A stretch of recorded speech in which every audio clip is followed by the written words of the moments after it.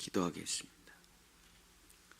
주여, 오늘도 주의 집에 나왔사오니 우리의 병든 마음을 고치고 우리의 모든 아픔과 슬픔을 위로하시고 기도조차 할 수 없는 우리의 상한 심령을 주님께 통회하고 자복하오니 주님이 원하시는 것은 의로움이 아니요 업적이 아니요 성과가 아니요 상한 심령이라 말씀하였으니 주여, 우리의 상한 심령을 주님께 드리오니 주여, 치유하시고 회복시키시고 역사하여 주시옵소서. 예수님의 이름으로 간절히 기도드렸습니다. 아멘. 오늘은 사무엘상 3장에서 5장에 있는 내용을 가지고 왕의 탄생, 사무엘상하, 오늘은 예언과 예언이라는 제목으로 하나님의 말씀을 전하고자 합니다. 완전히 타락을 해버린 그 흐름들을 우리가 사사기를 통해서 이제 사무엘상까지, 그래서 제일 마지막엔 교회의 타락, 목회자의 타락, 그 교회의 타락과 목회자의 타락이 이루어지면 그 다음에 뭐가 있냐? 사무엘상 3장 1절입니다. 사무엘상 3장 1절. 아이 사무엘이 엘리 앞에서 여호와를 섬길 때에 여호와의 말씀이 희귀하여 이상이 흔히 보이지 않았더라. 그래서 마지막 최종 마지막 타락의 현상은 뭐냐? 하나님의 말씀이 없는 것이죠. 하나님의 계시가 없는 것입니다. 요한계시록을 우리가 읽어보면 희한한 일을 우리가 알 수가 있는데, 아무리 고통이 오고 고난이 오고 진노가 오고 지구가 말리고 태양이 꺼져도 사람들은 끝까지 회개하지 않습니다. 그래서 왜 마지막 때에 더 큰 회개가 일어나서 구원을 받아야 되는데, 아니 어떻게 이 산이 저 산이 옮겨지고 바다가 없어지고 지구의 3분의 1이 죽는데 왜 사람들은 회개하지 않는가? 그건 이제 하나님의 말씀이 희귀하여 이상이 보이지 않기 때문이죠. 우리가 회개하는 거를 제가 이제 집회 때 많이 하는 얘기인데, 내가 내 스스로 성찰하는 거는 반성이에요. 반성. 그럼 반성은 백날 첫날에도 내 인생의 변화는 없습니다. 울고 회개하고 울고 회개하고 울고 회개하고 그런 것뿐이죠. 존재적인 변화는 하나님의 말씀에 의해서 자기의 존재가 비춰지고 하나님의 성령에 의해서 회개하는 것만이 자기를 변화시켜요. 근데 이게 없으니까, 마지막 때에 이게 하나님의 말씀이 희귀하여 이상이 보이지 않으니까 그 어떠한 고통이 와도 사람들은 회개하지 않고 하나님을 저주하는 거죠. 그래서 콱 죽어버리려고 혀를 깨무는데도 죽지가 않는다 하고 요한계시록이 써 있는 거죠. 그래서 이 제사장 엘리와 그 아들 홈니와 비느하스까지 완전히 타락해버려. 어느 정도 타락을 했냐? 성전에 올라오는 여신도들을 강간하고 그들의 예배에 헌금을 낸 다음에 갈취해야죠. 그래도 갈취를 해도 예배가 끝난 다음에, 예배도 드리기 전에 그냥 갈취를 해버리고 집에 강간하고 집에 가라고 할 정도면은 얼마나 그 시대가 타락하고 악한 시대이겠습니까? 그래서 하나님께서 말을 안 하시는 거죠. 그래서 구약의 말라기가 끝나고 신약이 다시 시작되기까지 430년이 하나님이 한마디도 안 하십니다. 430년 동안 아무 기록이 없어요. 구약과 신약 사이에 신구약 중간기가 대략 400년 동안 하나님의 계시가 단 하나도 없습니다. 선지자가 단 한 명도 없어요. 왜? 하나님이 어느 누구하고도, 단 한 사람하고도 소통할 수 있는 사람이 없는 것이죠. 여러분, 사람이 왜 자살하는지 아십니까? 돈이 없어서? 고난이 많이 와서? 아니요. 사람이 자살하는 이유는 돈이 없고 악재가 많고 그래서 그런 게 아니라, 소통할 사람이 단 한 사람도 없으면 이제 그 사람은 죽음에 이르게 되는 거죠. 자기의 마음을 통할 수 있는 한 사람이 없을 때 그 사람은 존재의 가치가 없어요. 왜냐하면 인간은 관계 중심적으로 창조된 존재예요. 근데 그 모든 관계가 딱 끊어지면 그 사람은 이제 죽음으로 들어가는 것이죠. 이 사사기의 시대에 바로 하나님과 완전히 관계가 끊어져 하나님이 한 사람이라도 말할 사람이 없는 거예요. 그런데 다행히 사무엘 한 사람이 있었죠. 그래서 하나님께서 어느 날 그 사무엘을 부르셔서 사무엘아 사무엘아 하고 부르십니다. 근데 사무엘이 태어나서 처음으로 하나님의 말씀을 들었기 때문에 엘리 제사장이 자기를 부르는지 알고 가서 부르셨어요. 난 너 부른 적 없는데 자는데 또 누가 불러가지고 3번이나 엘리 제사장한테 가서 부르셨어요. 그러니까 엘리 제사장도 이상한 거예요. 야, 한 번만 더 부르면 나 찾아오지 말고 나 지금 자고 있는데 귀찮게 찾아오지 말고 그 자리에서 하나님 말씀해 주십시오 하고 얘기를 해라 하고 얘기를 했죠. 사무엘상 3장 9절서부터 10절입니다. 엘리가 사무엘에게 이르되 가서 누웠다가 그가 너를 부르시거든 내가 말하기를 여호와여 말씀하옵소서 주의 종이 듣겠나이다 하라 하니 이에 사무엘이 가서 자기 처소에 누우니라.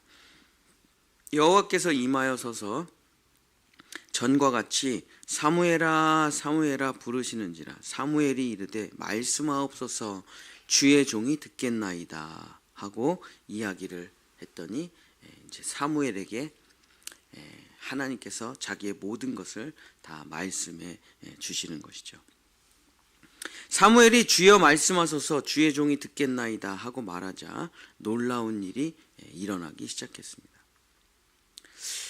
사실 기도라고 한다. 기도가 무엇이냐 정확히 말한다면 기도가 무엇이냐. 기도는 말을 하는 게 아니라 듣는 것입니다. 사실 기도가 뭐냐라고 정확히 물어본다면 기도는 말을 하는 게 아니고 침묵하는 거예요.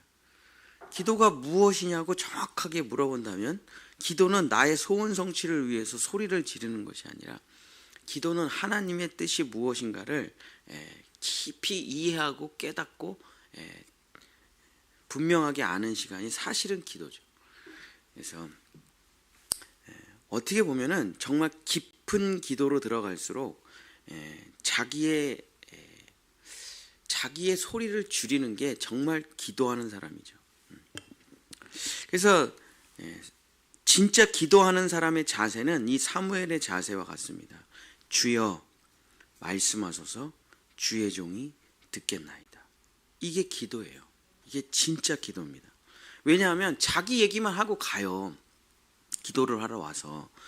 그러면은 어떻게 내 문제를 풀 수가 있겠습니까? 뭐 문제가 있으니까 온 거 아니에요. 답답한 마음이 있으니까 온 거 아니에요. 궁금하니까 온 거 아니에요. 도대체 왜 이런지 모르겠으니까 하나님께 기도를 하는 거 아니겠습니까? 우리가 기도를 한다는 게. 근데 자기 얘기만 하고 대답을 안 듣고 간다 그러면 하나님이 아니 대답을 지금 하려고 그러는데 맨날 집에 가. 일평생. 그러면 참 웃긴 일이겠죠. 그죠?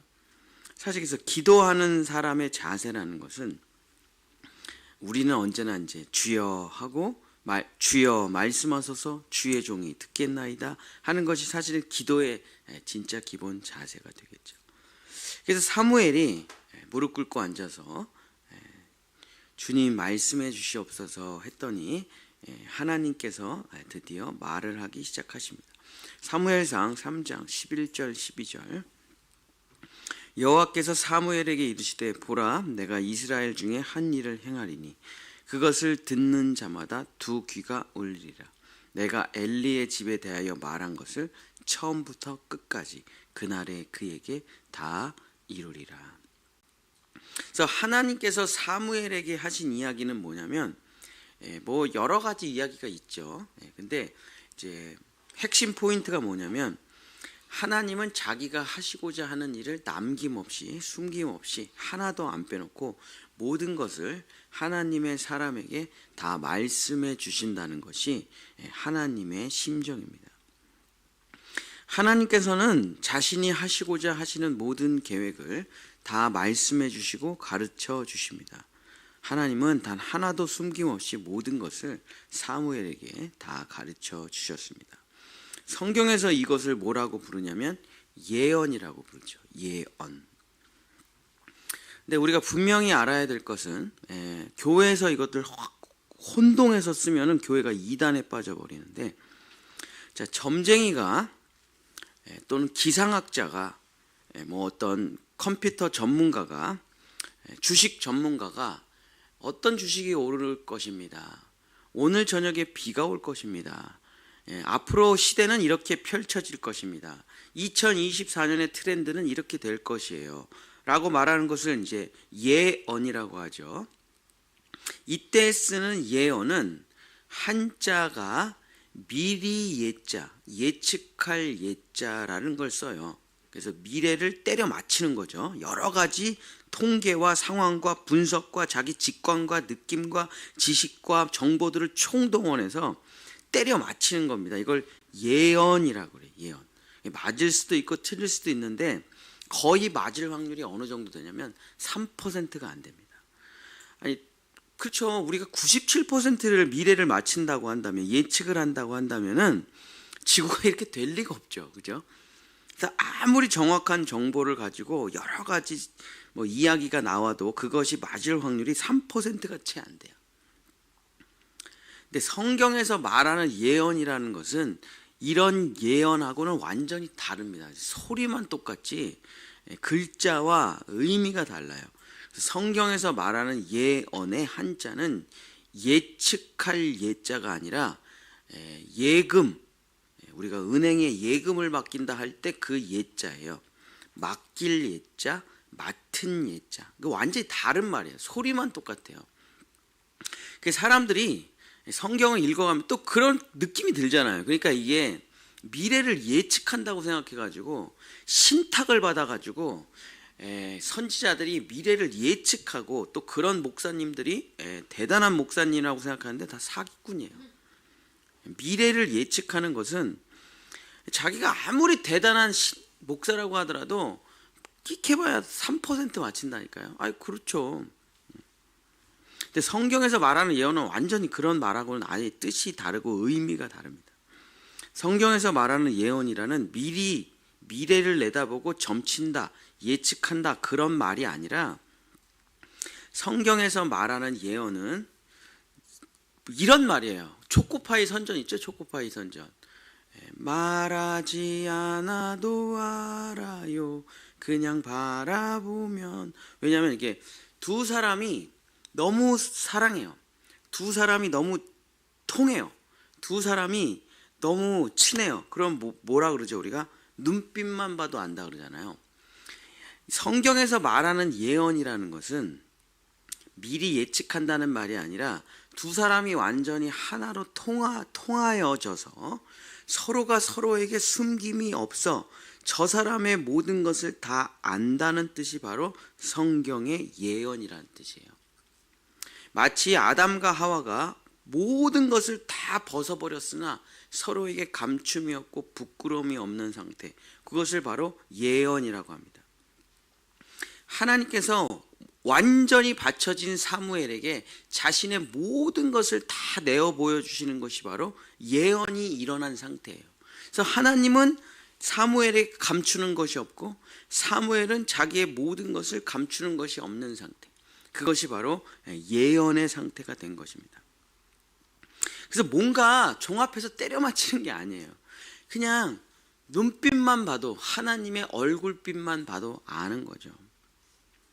하나님께서는 자신을 신뢰하고 자신을 믿는 사람에게 자신의 모든 것을 다 숨김없이 보여주십니다. 또 우리도 진짜 하나님을 사랑하는 사람이라면 하나님 앞에 가가지고 잘난 척만 하는 사람은 그건 하나님과 연합된 사람이 아니죠. 그렇죠? 그래서 자기의 어두운 부분은 교회에서는 감춰요. 그래서 진짜 교회는 어떤 교회냐? 죄토설이 가능한 교회가 진짜 교회죠. 자기의 모든 죄를 고백할 수 있는 교회, 그것이 바로 진짜 교회입니다. 여러분이 일반 사회에서는 여러분의 죄를 고백할 수 없습니다. 여러분이 죄를 딱 고백하는 순간 여러분은 사회에서 매장되게 되죠. 다 똑같은 범죄를 저지르는데 다 음란하고 다 더럽고 다 자기 멋대로 살고 자기 이기적으로 살면서 안 그런 척하고 살아가는 게 사회죠. 페르조나라는 가면을 쓰고. 근데 교회에서도 가면을 쓰고 있다. 교회에서도 무화과나무 잎사귀를 입고 있다. 그러면은 그 사람은 하나님 앞에 나온 게 아니라 사람들 앞에 나온 겁니다, 지금. 그래서 커뮤니티 처치에 나온 거예요. 인간관계를 통해서 자기의 삶을 행복하게 유지하려고 하는 거지 주님 앞에 나온 것이 아닙니다. 주님 앞에 나왔다는 것은 자기의 모든 거짓 껍데기를 다 벗어버리고 자기의 썩고 냄새나는 환부를 주님 앞에 드려, 상한 심령을 주님 앞에 드려 자기의 모든 것을 다 보여주는 거예요. 그때 하나님은 그 상한 심령을 치유하시고 회복시켜서 자기랑 온전히 예수 그리스도의 보혈로 씻으시고 불로 태워 자기랑 연합시켜 주시는 것이죠. 그것이 바로 교회입니다. 그래서 하나님과 완전히 나는 죽고 그리스도로 연합하게 되면 그때 어떤 일이 일어납니까? 성경이 무슨 말인지 이해가 되기 시작하는 거죠. 세상에서 제일 쉬운 책이 성경이라는 것을 이제 그때 알게 되는 거예요. 그러면 세상에 그렇게 많이 읽었던 세상의 철학, 사상 이런 모든 책들이 다 쓸데없다라는 것이 느껴져요. 왜?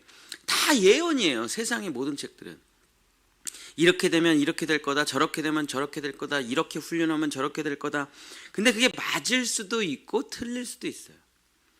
아니 주식이 어떻게 하면 주식이 돈을 번다는 거 얼마나 유튜브에 뭐 50만 100만 유튜버들 많습니까? 다 가르쳐줘요. 뭐 사라.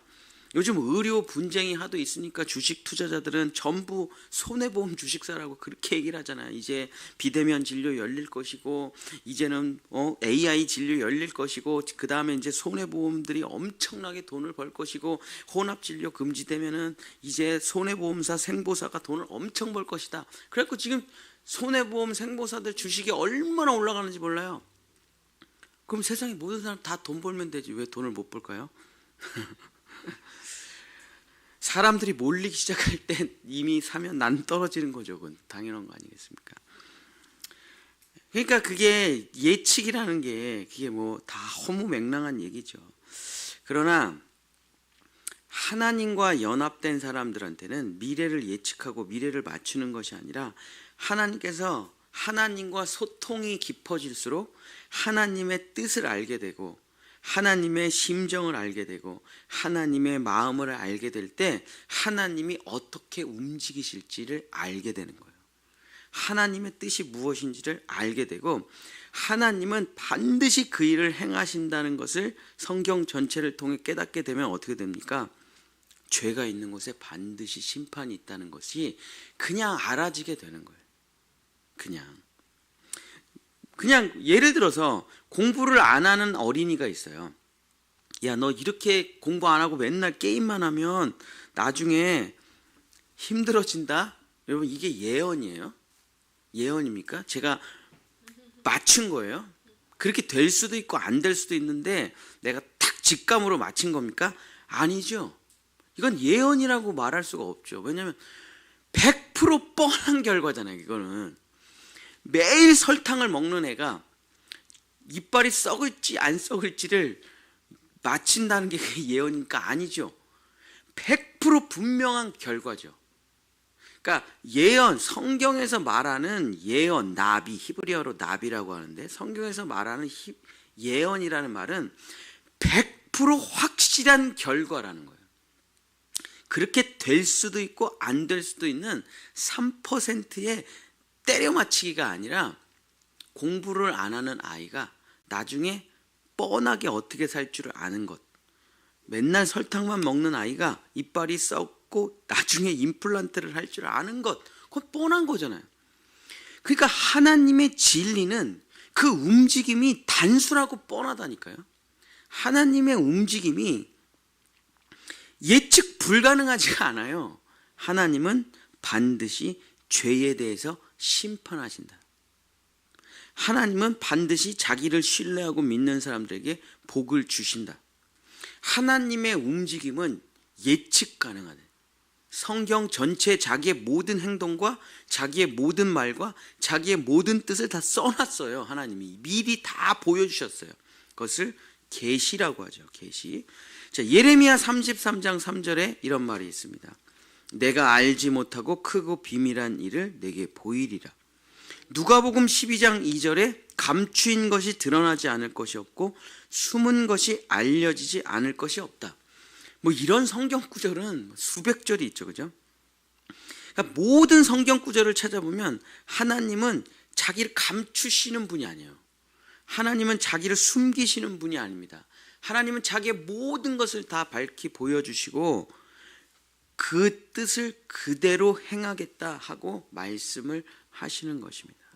사무엘이 하나님과 소통하기 시작하자 하나님은 사무엘에게 하나도 숨김없이 모든 것을 다 말해 주십니다. 그래서 사무엘이 그 말을 듣고 이스라엘 백성들에게 가서 전해요. 그러나 이제 듣지는 않죠. 자, 하나님의 관계가 끊어진 사람은 하나님의 계획에 대해서 전혀 하나도 알 수가 없습니다. 그래서 아무것도 들을 수 없고 아무것도 볼 수 없고 아무것도 느낄 수 없죠. 그래서 신약에서 이것을 맹인, 귀머거리, 봉사, 문둥병자로 표현해내는 것이죠. 이 사람들이 누굽니까?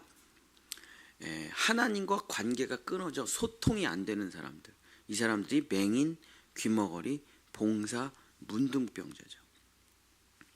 그러나 모든 죄가 깨끗해지고 하나님과 연합된 사람은 하나님의 모든 계획, 모든 뜻, 모든 소원을 처음부터 끝까지 단 하나도 모르는 것 없이 다 알게 되는 것입니다. 구약에서는 이런 사람을 선지자라고 부르는 것이죠. 노아는 비가 올 것을 알고 방주를 만들고 구원을 받았고, 라합은 여리고가 무너질 줄 알고 정탐꾼을 숨겨주고 붉은 줄을 매달아 구원을 받았고, 동방 박사들도 예수님을 미리 알아보고 다 구원을 받았습니다. 어떻게 이렇게 하나님의 사람들은 모든 것을 다 알고 판단할 수가 있었을까요? 예측해서 때려 맞힌 게 아니에요.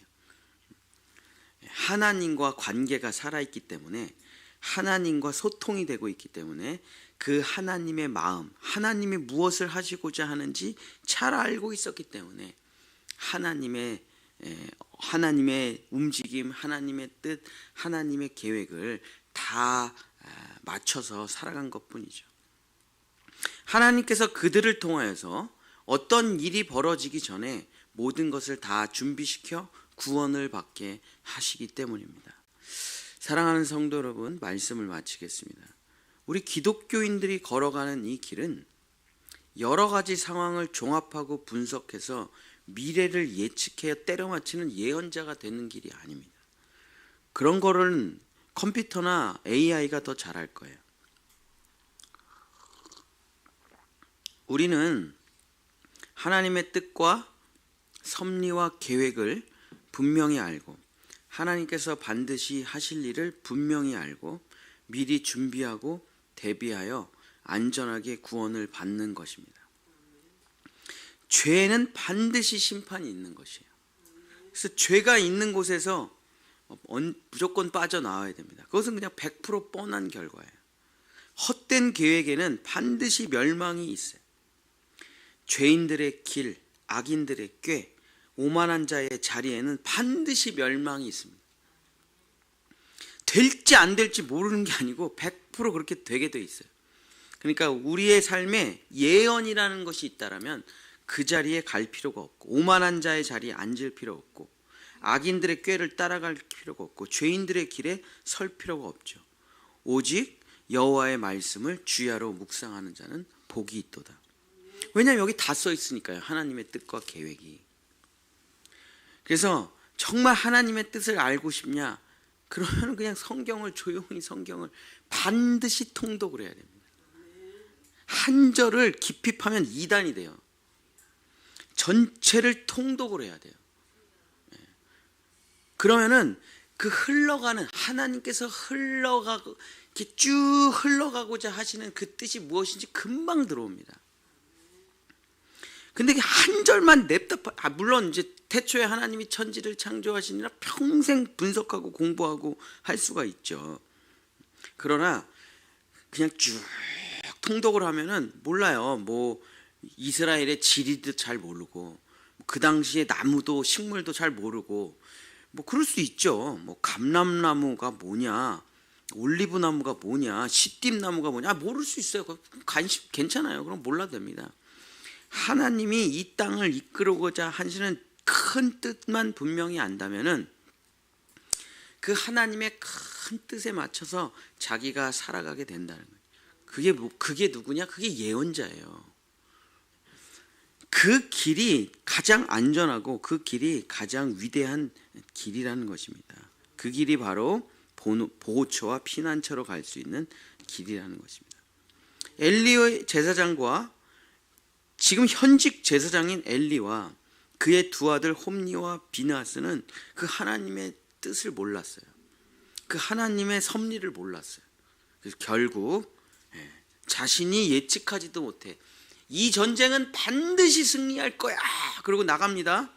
그러고서 여호와의 법, 내일도 또 약간 말씀을 전하겠지만 여호와의 법궤를 들고 나가서 반드시 승리할 거라 그랬어요. 어떻게 여호와의 법궤가 나가는데 전쟁에서 패배하겠어요?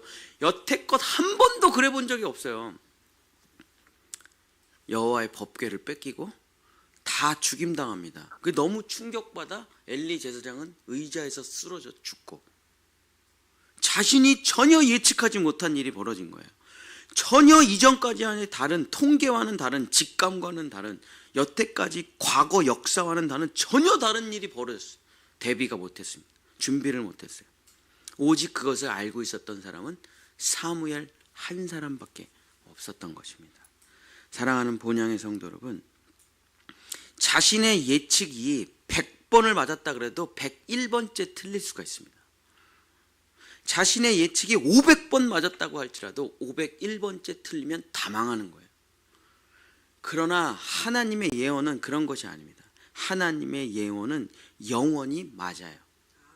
그것은 진리이기 때문에. 그래서 진리에 서시는, 미래를 예측하고 때려 맞춰서 신비로운 사람이 되는 게 아니라 영원히 변치 않는 그 진리의 예언자, 맡길 예자, 하나님의 말씀을 맡은 자로서의 예언자가 되시는 우리 본향의 성도님이 되시기를 예수님의 이름으로 간절히 축복합니다. 기도하겠습니다.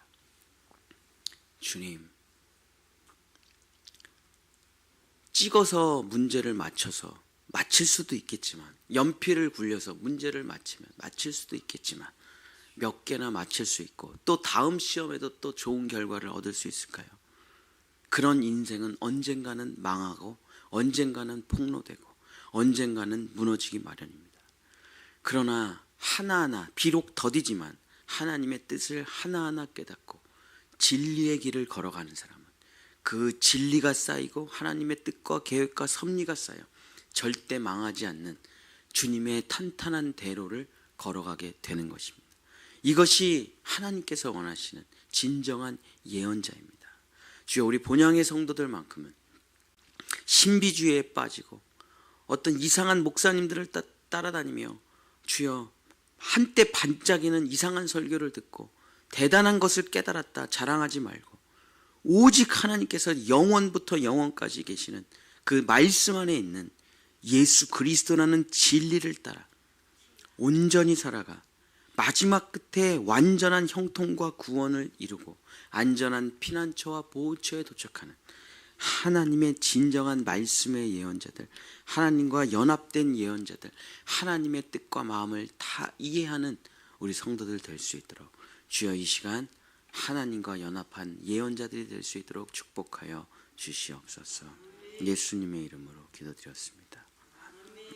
여호와는 내게 복을 주시고 너를 지키시기를 원하며 여호와는 그 얼굴을 내게 비추사 은혜 베푸시기를 원하며 여호와는 그 얼굴을 내게로 향하여 주사 평강 주시기를 원하노라. 아멘.